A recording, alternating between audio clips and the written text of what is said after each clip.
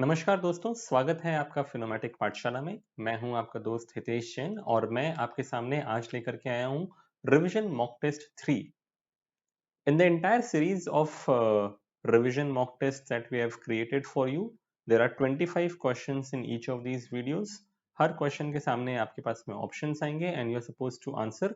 I will help you in preparing all the concepts ताकि आप इसको रिविजन करने के लिए आप जरूर देखिएगा. पहले सारे चैप्टर वाइज वीडियोस को देख लीजिएगा, फिर इन रिविजन मॉक टेस्ट्स में आपको दिएगा. अब मैं स्टार्ट करता हूं आज का दिन और आज मैं आपके सामने ये एक एक करके 25 क्वेश्चन लाऊंगा. जैसा मैंने पिछले वीडियो में भी कहा था कि इन वीडियोस को, इस तरह के सीरीज को आप पॉज कर करके देखिएगा ताकि जिस समय क्वेश्चन सामने आए तो आप पहले उसका आंसर खुद से सोचिएगा और उसके बाद मेरी बात आगे सुनिएगा. तो दोस्तों, पहला क्वेश्चन आपके स्क्रीन पर है. The fund that takes contrary position in different markets such that the risk is neutralized and the return is earned are called. बताइए इन चार में से कौन सा ऑप्शन होगा. चैप्टर 2 है ये, याद करिएगा. चैप्टर 2 में हमने कहा था एक हाइब्रिड फंड्स वाला कैटेगरी हमने पढ़ा था. उसमें पहला जो फंड था वो था आर्बिट्राज फंड. आर्बिट्राज फंड क्या है, वो कैसे रिटर्न बनाता है? वो एक ही सिक्योरिटी के कैश और फ्यूचर मार्केट के बीच के प्राइस डिफरेंस के बीच में खेल के एक आर्बिट्राज रिटर्न्स बनाता है. मान लीजिए उसने रिलायंस इंडस्ट्रीज का कैश मार्केट में शेयर खरीदा और रिलायंस इंडस्ट्रीज का फ्यूचर्स को बेच दिया और उसके डिफरेंस का जो प्राइस है उसको लॉक इन कर दिया. तो इससे उसका रिस्क न्यूट्रलाइज हो जाता है और वो रिटर्न बनाता है. जनरली हम देखते हैं कि एक आर्बिट्राज फंड 4 से 5% का रिटर्न इन्वेस्टर्स के लिए साल में बना के दे देता है, राइट? या फिर वो चाहे तो एनएससी बीएससी के बीच में भी आर्बिट्राज कर सकता है, जैसा कि एक्सप्लेनेशन में दिया है. आइए मैं आगे बढ़ता हूं और अब नेक्स्ट क्वेश्चन पढ़ने जाता हूं. While choosing an option in a mutual fund scheme, taxation and liquidity is a major factor that we need to consider. मतलब याद करिए ऑप्शंस क्या क्या होता है. ऑप्शंस होता है ग्रोथ ऑप्शन, एक होता है डिविडेंड जिसको हम आईडीसीडब्ल्यू कहते हैं, आईडीसीडब्ल्यू पे आउट ऑप्शन, आईडीसीडब्ल्यू री इन्वेस्टमेंट ऑप्शन. तो हमें किस ऑप्शन में जाना है? It will depend upon the taxation and our liquidity needs. तो जी हाँ, ये स्टेटमेंट ट्रू है. एंड आपको मैं बोल देता हूँ जैसे ग्रोथ ऑप्शन में क्या है कि आप अपने टैक्स को डेफर कर देते हैं, बट इन डिविडेंड ऑप्शन और आईडीसीडब्ल्यू पे आउट ऑप्शन आप हर साल जो डिविडेंड अक्रू कर रहे हो आप अपने इनकम में जोड़ते जाते हो, टैक्सेबल इनकम. नेक्स्ट क्वेश्चन में आता हूँ. थर्ड क्वेश्चन इज कि in the non equity oriented funds, यानी कि नॉन इक्विटी मतलब डेट फंड समझ लीजिए, the rate of long term capital gain tax क्या होगा बताइए. Option A B C D आपके सामने स्क्रीन पर है. याद करो चैप्टर 8 में मैंने आपको पढ़ाया था कि डेट फंड्स यानी कि नॉन इक्विटी ओरिएंटेड फंड्स के अंदर में आपको टैक्स देना पड़ता है at the rate of 20% with indexation. तो इंडेक्सेशन बेनिफिट मिलती है. इंडेक्सेशन को मैंने बहुत डिटेल में उस वीडियो में समझाया है. अगर आपको डाउट हो तो आप चैप्टर 8 का वीडियो संग संग देख लीजिएगा. चलिए आगे मैं बढ़ता हूं. नेक्स्ट क्वेश्चन है कि benchmarking helps in assessing the under performance और आउट परफॉर्मेंस. बताइए ट्रू है कि फॉल्स है. याद करिए दोस्तों, मैंने बेंचमार्क के बारे में क्या कहा था. अगर मैं कहता हूं कि मेरे बच्चे का एग्जाम में स्कोर आया 80%, बताइए अच्छा है कि बुरा है? कुछ जवाब नहीं दे पाएंगे.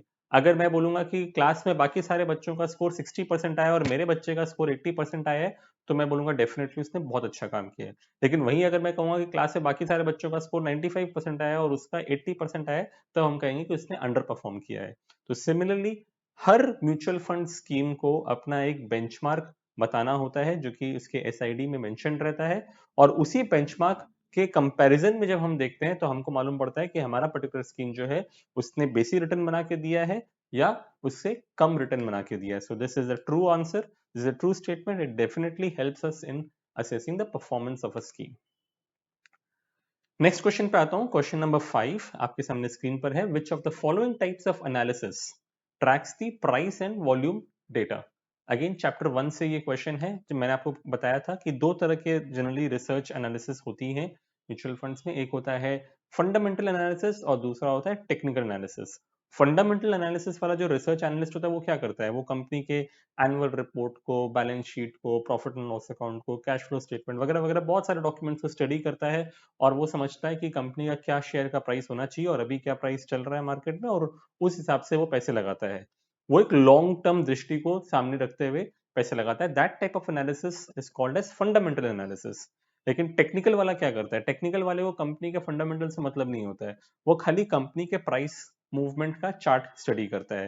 ही tracks the price and the volume data and then decides कि what can be a good entry point or exit point from a particular stock. सो ये याद रखिएगा कि जो एनालिसिस हम प्राइस एंड वॉल्यूम डेटा को स्टडी करते हुए डिसीजंस लेते हैं, इसको हम टेक्निकल एनालिसिस कहते हैं। एक्सप्लेनेशन आपके सामने स्क्रीन पर है।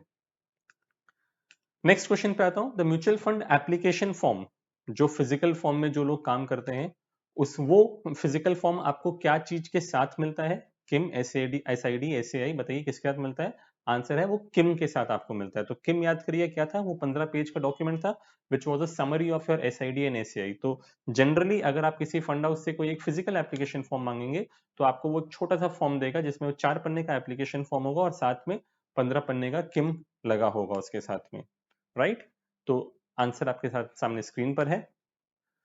7वें क्वेश्चन पे आता हूं। AMC directors are appointed with the permission of SEBI, बताइए ये ट्रू है कि फॉल्स है? तो चैप्टर आई थिंक 3 में हमने ये डिस्कस किया था कि एएमसी डायरेक्टर्स जो अपॉइंट होते हैं वो ट्रस्टीज के अप्रूवल के बाद अपॉइंट होते हैं, ना कि सेबी के अप्रूवल के बाद। तो इसलिए इसका जवाब है false and AMC directors are appointed with the permission of the trustees.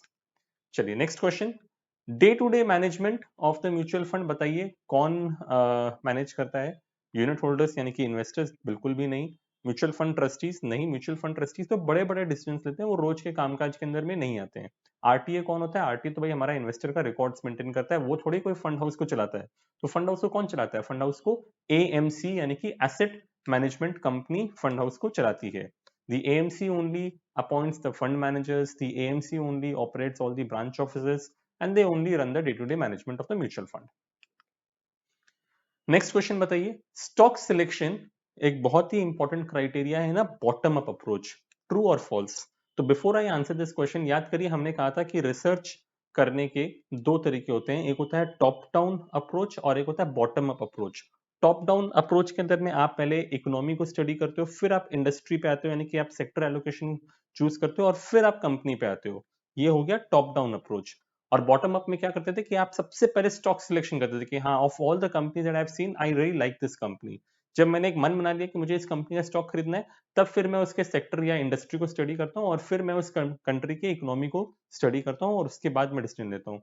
So in bottom up, जहां पे आप नीचे से ऊपर जा रहे हो, वहां पे सबसे इंपॉर्टेंट होता है सबसे पहले इंडिविजुअल स्टॉक को सिलेक्ट करना। तो इसलिए इसका आंसर ट्रू है, राइट? टॉप डाउन के अंदर में सेक्टर एलोकेशन हमारा मेजर डिसीजन मेकिंग क्राइटेरिया होता है। Next question. In mutual funds the assets are held by, बताइए म्यूचुअल फंड्स में जो भी फंड मैनेजर आपके नाम पे शेयर्स खरीद रहा है वो किसके पास रहते हैं? तो ये चैप्टर 3 में हमने कहा था and that is also one of the safety measures that we have in the mutual fund industry कि म्यूचुअल फंड के अंदर में एसेट्स जो होते हैं वो कस्टोडियन मैनेज कर, वो कस्टोडियन के निगरानी में रहता है। कस्टोडियन इज दैट गेटकीपर, जिसको मैं कहता हूँ चौकीदार, जो कि आपके सारे एसेट्स की देखभाल करता है। इनफैक्ट अगर कोई भी फंड मैनेजर ने शेयर खरीदा या बेचा, उसको एक्सेप्ट करना या उसकी डिलीवरी लगाने का काम भी कस्टोडियन का ही होता है। कस्टोडियन जनरली कौन होते हैं? कस्टोडियन जनरली बैंक्स होते हैं, for example Citi bank, standard chartered bank. Generally आप देखिएगा कि म्यूचुअल फंड्स के कस्टोडियंस ये बैंक्स होते हैं। Next question. SOA यानी कि statement of account is to be sent to investors within how many days of NFO closure? 3, 5, 10, 30, इतना याद रखिएगा। NFO से रिलेटेड अगर कोई क्वेश्चन है तो जनरली उसका आंसर 5 ही होगा। ये मैं आपको ऐसे ही समझा रहा हूँ, बट एक्चुअल में फैक्ट ये है कि NFO जब खत्म होता है उसके 5 दिन के अंदर में कस्टमर को यूनिट्स अलॉट हो जाने चाहिए और उसको SOA चला जाना चाहिए। चलिए next question. An investor invested in scheme A, जब उसका प्राइस था 120 रुपया और जब उसने प्राइस निकाला, जब उसने यूनिट बेचा तब उसका प्राइस था 135 रुपीज। बताइए उसका सिंपल रिटर्न क्या हुआ? तो दोस्तों याद करो, मैंने आपको रिटर्न जब पढ़ाया था तो एक सिंपल रिटर्न था, एक एनुअलाइज्ड रिटर्न था और एक कंपाउंडेड रिटर्न था। सिंपल रिटर्न के अंदर मैंने आपको क्या सिखाया था कि भाई खरीद प्राइस और बेचने का प्राइस डिफरेंस निकाल लीजिए, divided by the cost price, that is your simple return. तो 120 में खरीदा, 135 में बेचा, प्रॉफिट कितने का हुआ? 15 रुपए का हुआ। तो 15 रुपया over 120 is how much percentage of return? जी हाँ, ऑप्शन बी 12.5% का आपका रिटर्न बना, right? Next question. Risk appetite of investors is assessed through what? बताइए अगर मुझे किसी भी अपने क्लाइंट का या इन्वेस्टर का रिस्क एपेटाइट समझना है कि वो अग्रेसिव है कि कंजर्वेटिव है, तो मैं इसके लिए क्या करूंगा? मैं उसको एक रिस्क प्रोफाइलर दूंगा, एक रिस्क क्वेश्चनर दूंगा और उसके बेसिस पे मैं इवेलुएट करूंगा कि उसका रिस्क एपेटाइट क्या है और उसको किस तरह की स्कीम देनी चाहिए, राइट? चलिए नेक्स्ट क्वेश्चन आता है स्क्रीन पर। Mutual funds are allowed to charge differential exit load. क्या ये स्टेटमेंट ट्रू है? मतलब कि मान लीजिए मैं एक छोटा मोटा इन्वेस्टर हूं, मैं 1 लाख रुपए का रिडेम्पशन करने आया हूं, तो फंड हाउस बोलेगा भाई तुमको तो हम 1% का एग्जिट लोड लगाएंगे अगर मैंने 1 साल के पहले पैसे निकाले हैं तो। लेकिन वहीं एक बहुत बड़ी ट्रेजरी या इंस्टीट्यूशनल इन्वेस्टर आएगा और बोलेगा भाई मैं 100 करोड़ का माल बेच रहा हूँ, मेरा 1 साल पूरा नहीं हुआ है, तो भाई तुम मुझे वो 1% एग्जिट लोड मत लगाओ कि 100 करोड़ पे 1% तो 1 करोड़ रुपया होता है। तो क्या म्यूचुअल फंड इंडस्ट्री इस तरह से एक छोटे और बड़े कस्टमर के बीच में डिफरेंशिएट कर सकती है? जी नहीं, SEBI will never allow that. So basically the answer is false. There has to be the same exit load which is applied to all the unit holders irrespective of कि वो छोटा है कि बड़ा है. Next question. Generally, long-term investment decisions are taken through fundamental analysis. And for short-term speculative हम लोग intraday वगैरह करने के लिए टेक्निकल को यूज करते हैं। बताइए ट्रू है कि फॉल्स है? जैसा अभी मैंने थोड़ी देर पहले आपको समझाया था कि फंडामेंटल वाला आपके सारे बुक्स ऑफ अकाउंट्स को स्टडी कर रहा है, एनुअल रिपोर्ट वगैरह को स्टडी कर रहा है और वो लॉन्ग टर्म का एक व्यू लेकर के बना रहा है। लेकिन टेक्निकल वाला सिर्फ चार्ट देखता है, प्राइस और वॉल्यूम डेटा देखता है, वो एंट्री और एग्जिट पॉइंट्स ढूंढता है। तो ये स्टेटमेंट बिल्कुल ट्रू है। लॉन्ग टर्म के लिए फंडामेंटल एनालिसिस, शॉर्ट टर्म के लिए technical analysis.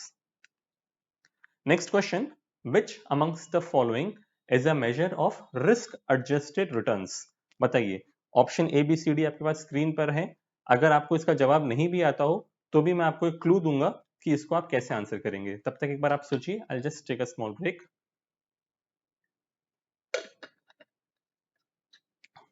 Okay, so I hope आपको याद होगा कि ए बी और सी ऑप्शंस जो हैं ये सब रिस्क को मेजर करने के वेरियस पैरामीटर्स हैं, राइट?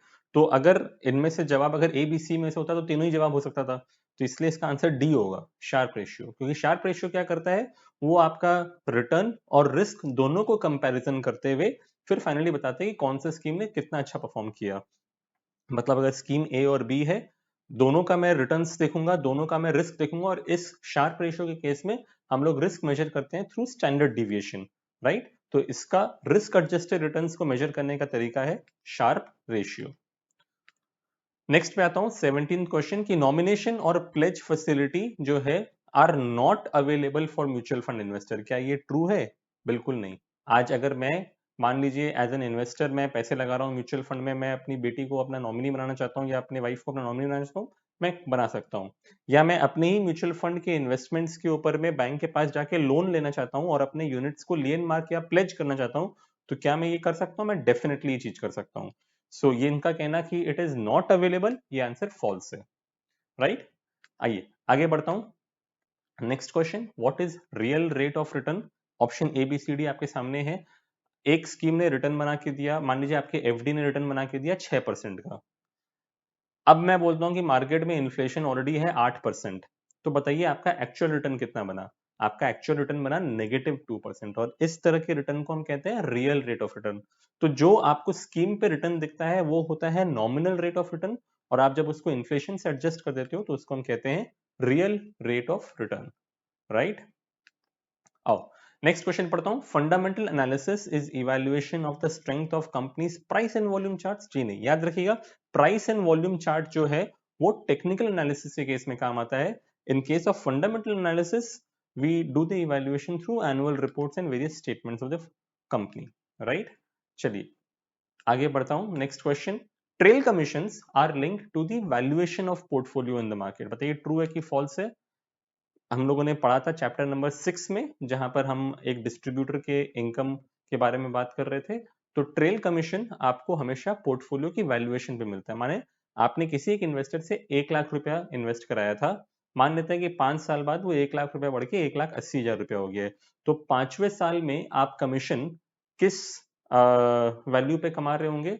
आप कमीशन कमा रहे होंगे 1,80,000 पे, ना कि आपके लाए हुए 1 लाख के चेक पर, राइट? तो यही खूबसूरती है हमारे म्यूचुअल फंड इंडस्ट्री की कि यहाँ पर आपको ट्रेल बेसिस पे आपको कमीशन मिलता है। मतलब इन्वेस्टर जब तक पैसे रखे सिस्टम में तब तक आपको कमीशन आएगा, और जैसे ही मार्केट वैल्यू बढ़ेगा आपके इन्वेस्टमेंट का, आपको एक बढ़े हुए वैल्यू पे आपको कमीशन मिलेंगे। नेक्स्ट क्वेश्चन पे आता हूं। What is the absolute return for a mutual fund investor if he had bought at a NAV of 20 and sold it at 40 after 2 years? अभी जस्ट हमने एक क्वेश्चन देखा था, तो 20 में खरीदा, 40 में बेचा, 2 साल बाद बताओ उसका रिटर्न कितना हुआ?